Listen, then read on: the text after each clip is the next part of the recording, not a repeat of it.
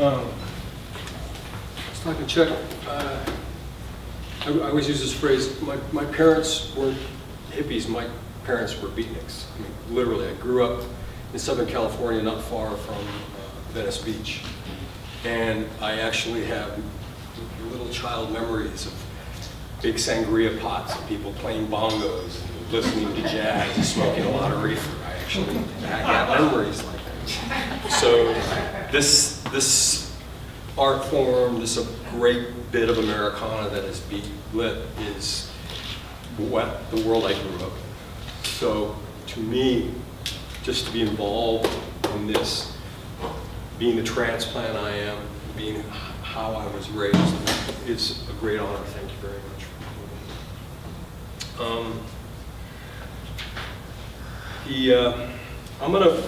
The first poet who ever in this town who ever truly embraced me, what I do, was Rouse Hines. I had a lot of connections with him. I was working with Harold McMillan and Diverse Arts Culture Works, and we used to be up there at the Guadalupe Artplex, which became then just the Artplex. And I was the art director for his little Austin Downtown Arts magazine. I laid those out and got to know Raul through that. We did a lot of readings up on the roof there. And so when we mentioned him earlier, this poem I'm going to read by him, I remember him reading it. And I'm trying to, I was sitting there going, I wonder if I can get his cadence down. You know, I wonder if I can read it like Raul. So I'm going to try.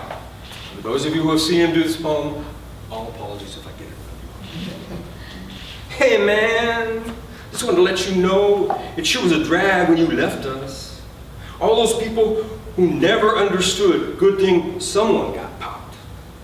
They were jamming me with the charge, make bail, straight from jail to the mortuary to carry your bones through the stones to the end of the trail.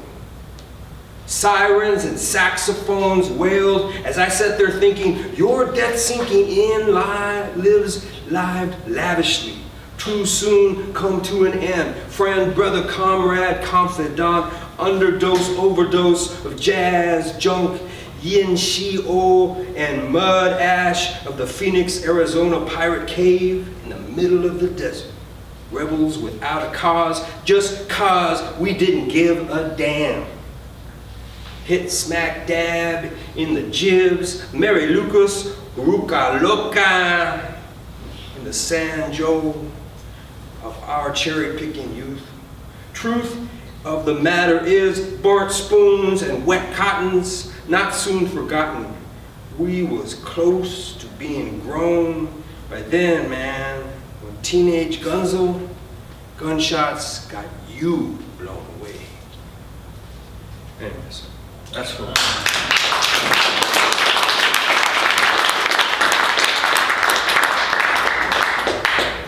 just want to see all the little black dots here. Those were added after. This is my little piece. One of my constant memories from that upbringing was there was always rhythm, and there was always a lot of, there's a phrase I'm sitting there and I was thinking, what was the phrase? Oh, we're going. That was what I remember being said around my house a lot. Now, I do know that my stepdad, being a Korean War vet, had gotten addicted to whites, cross-tops. So they'd have these long nights of drinking wine and taking whites and smoking reefer. I mean, these things would go on for days. So it was always like, oh, we're going. We're going. Yeah, we're going. Yeah, we're going. So I'm going to try, because that's what I was trying to capture in this piece. Medicated disorder, concentrated on my own thoughts. Old snuff container, found object luminescent finger resin. Pour on the text, scratching the distress, always the elements of a hammer. Pour on the text, scratching the distress, the mysterious aspects of death. Oh, dream, whack the wild. Oh, dream, whack the wild. Blood, red swirl of black history. Preacher jukebox talks about cultural resistors. Pushpin sins, sends trance into sisters. Transfer of the torch burn grip. The monster man, monster man, monster man. He's got a monster man. Old dream, whack the wild. Old dream, whack the wild. Came here this time as a tour guide. My plaid pants short of the moment. Description of the oh yeah rock ball race car from the bar stool where the boys Bob's busy like a camera, like a camera, like a camera. Oh yeah, click, click, click.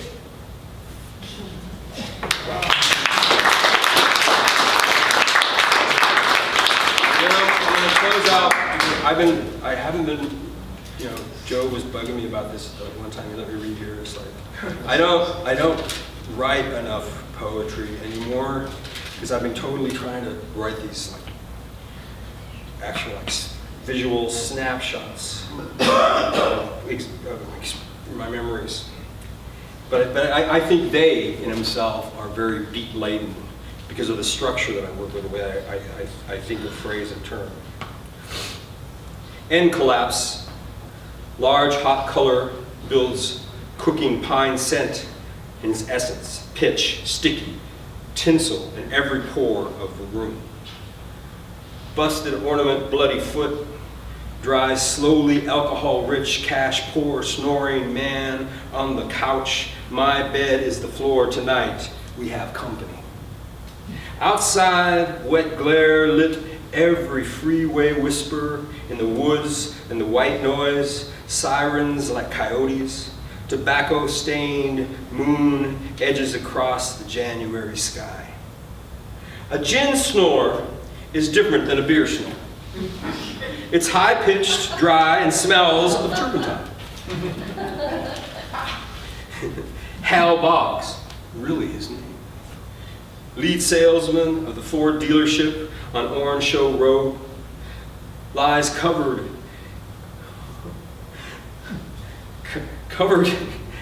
in leafy cigarette bits and ash.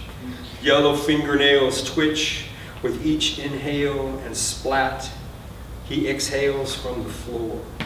He is a silhouette to me by the passing headlights from the I-10 freeway, framed in the window by our vinyl couch and smoke stained, originally blue, now green, due to the smoke curtains. Smoking of hell, speaking of hell and my parents, the Three Palms apartments with the classic Southern California bungalows, huge walnut tree in the courtyard, roughly, I can't remember all that, right? Roughly 10 units, 10 inches of thick spackle and knotted TV antennas, low to mid rent folks all nestled against a busy freeway overpass and a quarter-mile from the Santa Fe Railroad. And slowly decaying, once vibrant storefronts district is just east of the heat freeway, burns fist fight and alleyways down, surrounded by hookers and the Three Palms. The Three Palms like an oasis, covered in blood and breath, and in the night, keeping the scene warm and worn down like an aromatic embrace. The world is stinky, I whisper. Grown-ups are stinky, I say. 7 years of wisdom deep. I push my face into the pillow and struggle for comfort with my two blanket flower bed.